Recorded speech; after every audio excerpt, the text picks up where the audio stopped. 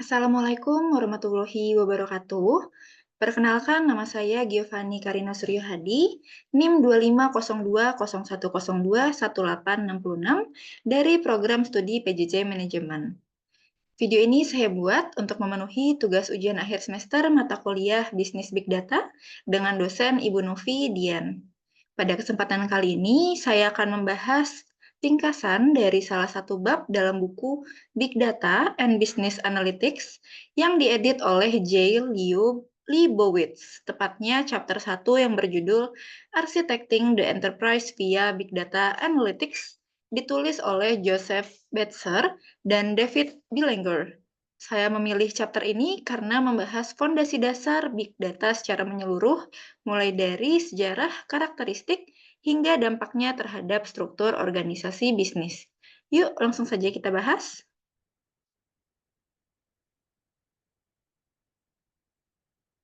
Chapter ini dibuka dengan gambaran bagaimana teknologi baru seperti Facebook, LinkedIn, Google, dan Twitter yang dipadukan dengan perangkat mobile telah menciptakan model bisnis, komunitas, dan cara berkomunikasi yang benar-benar baru. Layanan pun menjadi semakin person-centric, artinya hasil pencarian dan rekomendasi yang kita terima sudah dipersonalisasi berdasarkan riwayat lokasi dan preferensi masing-masing pengguna. Yang menarik, penulis menyebutkan bahwa revolusi internet ini membuat struktur organisasi menjadi lebih flat atau mendatar, mirip seperti dampak mesin uap pada revolusi industri dulu. Tantangannya, perusahaan modern harus menghadapi perubahan sosial, ancaman cyber, dan kompleksitas baru, sekaligus menghadapi kesenjangan talenta di bidang STEM, yaitu Sains, Teknologi, Teknik, dan Matematika. Bagian selanjutnya yang saya rasa penting adalah bagaimana perjalanan data itu berkembang dari waktu ke waktu. Sejak tahun 1950 sampai 1960-an, sistem basis data pertama muncul dan masih berfokus pada pemrosesan transaksi bisnis dasar. Setiap dekade, ukuran basis data tumbuh sekitar 1000 kali lipat dari yang tadinya hanya megabyte di tahun 1970-an menjadi terabyte di tahun 90-an dan petabyte di tahun 2000-an.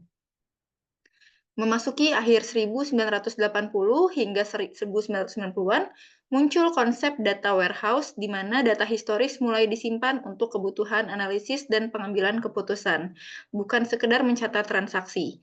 Titik baliknya terjadi di pertengahan tahun 1990-an saat internet dan World Wide Web hadir. Volume, kecepatan atau velocity, dan variasi atau variety data melonjak drastis. Sejak itu, data tidak lagi hanya berupa angka, tapi juga teks, gambar, dan video yang kemudian melahirkan teknologi seperti NoSQL dan Hadoop. Disinilah kita sampai pada konsep inti Big Data, yaitu 3 karakteristik utama: volume, yang berarti jumlah data yang sangat besar; velocity, yaitu kecepatan data itu masuk dan perlu diproses, bahkan mendekati real time; dan variety, yaitu keberagaman bentuk data mulai dari teks hingga sinyal sensor. Penulis memberikan contoh yang menarik. Bayangkan sebuah aplikasi mobile yang biasa memberitahu kita jika ada seseorang dengan minat yang sama berada dalam jarak setengah mil dari kita. Untuk mewujudkan ini, sistem perlu menganalisis pola pencarian jutaan pengguna, lalu mencocokkannya dengan data lokasi GPS secara real-time yang hanya bernilai selama beberapa menit saja. Dari sini kita bisa memahami bahwa esensi Big Data bukan sekedar soal ukuran yang besar, tapi soal detail dan ketepatan waktu datanya. Untuk mendukung semua ini, ada beberapa teknologi kunci yang dibahas, seperti data stream management untuk memproses data yang terus mengalir, cloud computing yang memudahkan penyimpanan dan publikasi data skala besar, database SQL yang lebih fleksibel dibanding basis data relasional konvensional, serta peningkatan bandwidth dan mobilitas perangkat. Yang tidak kalah menarik, chapter ini juga membahas bagaimana Big Data mendorong perusahaan untuk mendefinisikan ulang organisasinya.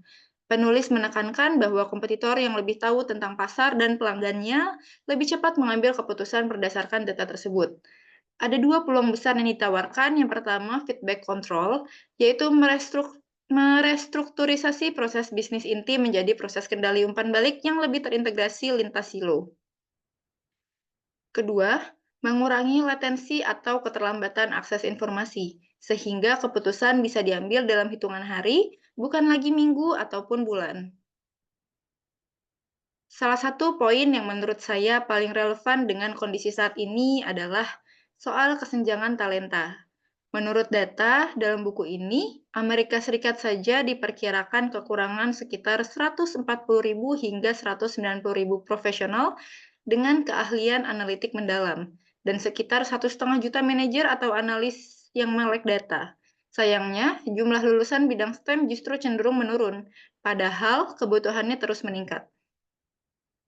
Untuk menjawab tantangan ini, penulis memberikan 4 rekomendasi utama, yaitu yang pertama, memanfaatkan keahlian lintas disiplin dengan membentuk tim kecil namun multidisiplin. Kedua, memanfaatkan teknologi terbaik secara agresif dan tidak memaksakan tools yang tidak sesuai kebutuhan. Ketiga, fokus pada aksesibilitas data, karena memperoleh data yang tepat saja bisa memakan lebih dari 75% upaya analisis. Dan keempat, memanfaatkan crowd atau jaringan internal dengan membuka akses data kepada karyawan seluas mungkin. Jadi, dari chapter 1 buku Big Data dan Business Analytics ini, saya bisa menyimpulkan bahwa Big Data bukan sekedar soal data yang besar, melainkan kemampuan perusahaan untuk mengakses, mengintegrasikan, dan mengolah data secara detail dan tepat waktu, agar bisa mempengaruhi keputusan bisnis secara nyata. Perusahaan yang mampu memanfaatkan hal ini lebih cepat dari kompetitornya akan lebih unggul dalam pengambilan keputusan maupun inovasi produk. Tentunya dengan didukung oleh investasi yang serius pada sumber daya manusia di bidang STEM. Demikian presentasi ringkasan chapter 1 dari saya. Terima kasih sudah menyimak, semoga bermanfaat. Sampai jumpa di kesempatan berikutnya. Wassalamualaikum warahmatullahi wabarakatuh.